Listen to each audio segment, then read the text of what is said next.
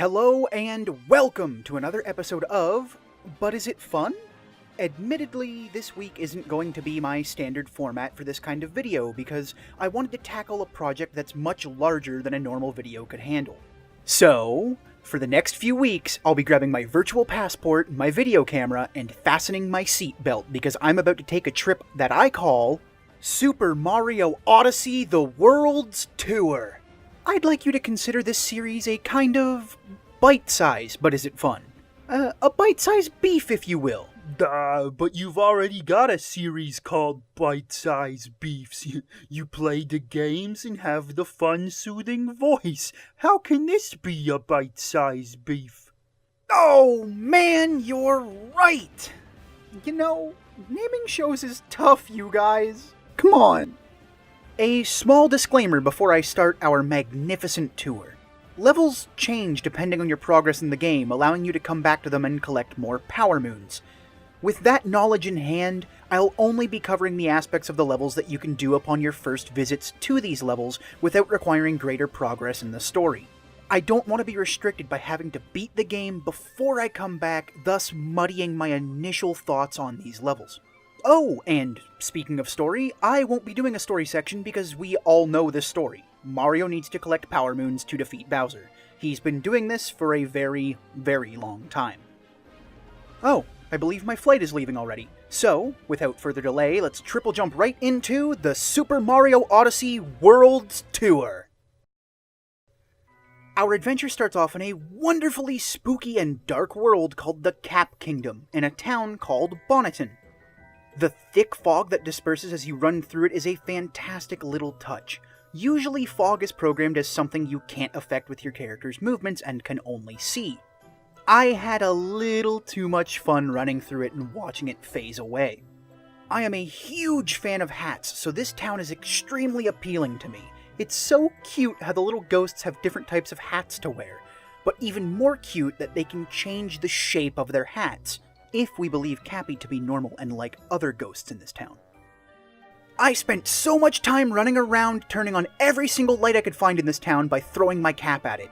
I didn't get anything, but it was super satisfying and I got to enjoy the theme of this level more by spending so much time here. This dark and spooky aesthetic pairs perfectly with the game's release date, just right around Halloween.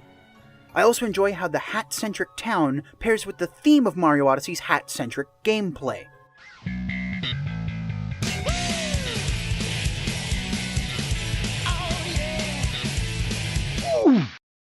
It's just a shame that you can't throw your hat at these Goombas just outside of the tower. But once you get in that tower, you see a frog. And what happens with this frog? Well, an amazing journey into the mind of an amphibian. Plus, frog with a mustache.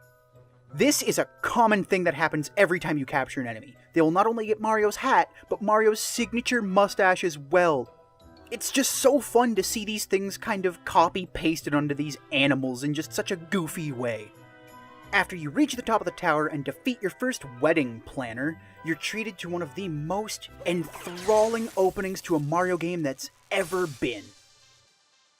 This title screen placement is absolutely perfect. As Mario sparks off into the distance on that wire, it lets us know that our adventure has only just begun. And just like that adventure, so has our tour. And we're off to our first destination, the Cascade Kingdom, Fossil Falls. The aging on these rocks and bones makes this level feel like something lost to time. It feels like there's going to be dinosaurs here. This kingdom feels vibrant and alive despite having a lot of brown colors, rocks, and fossil in the name. The water effects in this game are blowing my mind a little bit. The water on the screen and the dynamic water effect on Mario's clothes feels so right. I can't remember when the last time I've seen such beautiful water effects in a game. I could stare at this for minutes. Who needs power moons? Chain, chomp, mustache. Okay, that's the last time I'm doing that, or we'll be doing that every time I capture something. Oh my gosh. Is that a dinosaur? Is it a dinosaur? That's a dinosaur! I was fully expecting Nintendo to add this T-Rex later in the game, kind of as a bait to get people to play the game until they find it. But nope! They plopped this bad boy right in the first level, and that is awesome. I sincerely hope that this T-Rex is a sign of more amazingly fun things to come. T-Rex smash! Do I need to explain why Tyrannosaurus Rexes are so dang cool? Of course not, they're the Tyrant Kings. I know it's a gaming cliche to say, but this game looks and feels like a world I would want to live in. It looks so majestic and vibrant and like you can just reach out and touch everything. Being able to walk inside the pipes as remastered 2D Mario is a hilarious aspect of Odyssey that I never thought I would ever want in a game. But I do. I find it a clever way to add additional exploration to areas in games. Standing at the top of this giant Triceratops skull reminds me of my childhood love of dinosaurs. My favorite dinosaur was the Ankylosaurus. It looked like a dinosaur mixed with a tank covered in spikes. Things that I truly loved as a child. Which obviously begs the question, did you have a favorite dinosaur? If so, comment below and let me know. Excuse me, Rabbit Lady. I think Kingdom Battle is that way. Oh, and pardon me, madam, for being rude, but did I mention you've got such a nice smile? Now with a handful of Power Moons, it's back to the crashed ship to juice it up and start an adventure. With great power comes great paint jobs.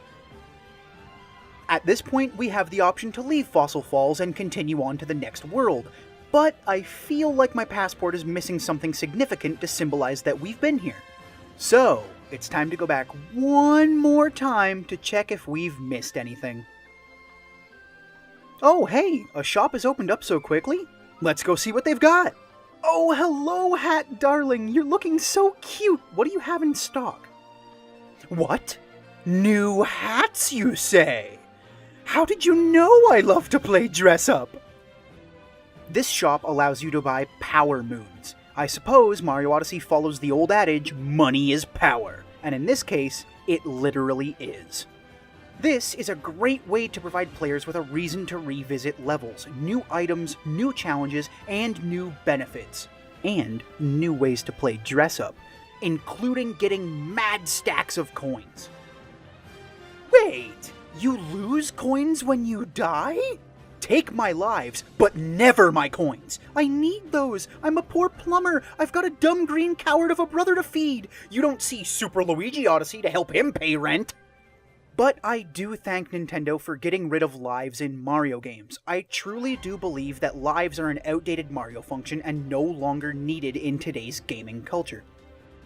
As we climb this hill, all I can say is that the Ribcage Waterfall is an awe-inspiring sight. I can only imagine what amazing sights we'll see later on. It's such a fun little addition that our Odyssey ship gets tagged with our travel stamps to worlds we've been to and bought the collectibles from. It gives you that sense of adventure, like I've been places, I've done things, and that's exactly what it feels like this game is trying to get you to experience. When this hint toad has no more hints to available Power Moons, you're done with the level for now, and you can leave and explore new areas. I was so close to looking up a guide when I decided to talk to this little toad, and he saved me a lot of spoilers. I'm grateful there is something in the game that tells me, hey, you're done for now, go enjoy the rest of the game. Or else I'd be sitting here in this level for 8 hours trying to find any available secrets I could find. So, I guess we're gonna head back inside the Odyssey and take a flight to our next destination. But first, time to check out our hard-earned trophies on display. Ooh. Ah, so shiny, so exciting, so dino-rific! As we relax on our flight towards new horizons, all I can say is that I am incredibly hopeful for what Odyssey has in store for us. If each and every one of our destinations on this trip are as joyful and fun as our first few glimpses into this world, I am vastly hopeful for our voyage in the Odyssey. As always, here is the question of the day. What kind of worlds are you hoping to see appear in Mario Odyssey? And if you've already played Mario Odyssey, why don't you tell me your favorite world that you've already visited in the comments below? Thank you so much for taking this first step on this journey with me. I can't wait to share the rest of my thoughts, quips, and this astoundingly magical world with each and every one of you. I'll be covering the rest of the worlds very soon, starting next Friday, and if you don't want to miss coming on this Odyssey with me, then please consider subscribing and liking this video. That way you can find my next video as soon as it uploads. And if you're in the mood to watch some chill gameplay videos, consider checking out my other show, Bite Size Beefs. I've got a batch of Cuphead and A Hat in Time videos for your enjoyment. I promise you'll have lots of fun watching them. I can't wait for our next destination. See ya!